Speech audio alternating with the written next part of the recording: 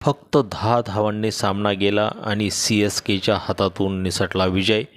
194चं target. काही क्षणासाठी सामना पूर्णपणे चेन्नईच्या बाजूने होता, पण अचानक सगळं बदललं. कुठे चुकली CSK आणि SRHने शेवटच्या क्षणी सामना कसा फिरवला? चला पूर्ण मॅच 3 मिनिटात समजून घेऊया.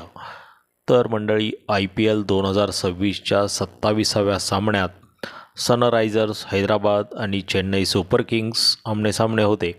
हैदराबादच्या राजीव गांधी स्टेडियमवर झालेल्या या सामन्यात SRHने आधी फलंदाजी करत 20 ओव्हरमध्ये 194 धावा केल्या आणि CSKला 195 धावांचं आव्हान दिलं. हैदराबादची सुरुवात जबरदस्त झाली. अभिषेक शर्मा फक्त 22 चेंडूत 59 धावा. त्याने 6 चौकार आणि 4 षटकार मारत CSKच्या गोलंदाजांची धुलाई केली. त्याला साथ मिळाली हेनरी क्लासेनची.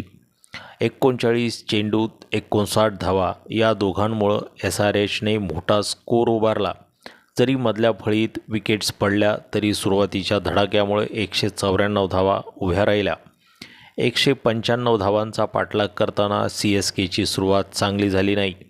संजू सॅमसन फक्त 7 धावा करून बाद झाला. यानंतर ऋतुराज गायकवाड आणि आयुष म्हात्रे यांनी डाव सावरण्याचा प्रयत्न केला.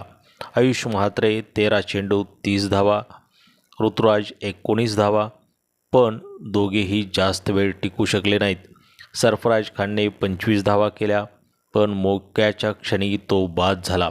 ब्रेव्हिस शून्यावर बाद झाला आणि इथून सामना पूर्णपणे फिरला. CSKवर प्रेशर वाढत गेलं.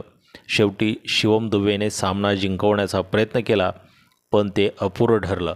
CSK 20 ओव्हरमध्ये 184 धावांपर्यंत पोहोचली आणि 10 धावांनी पराभव झाला.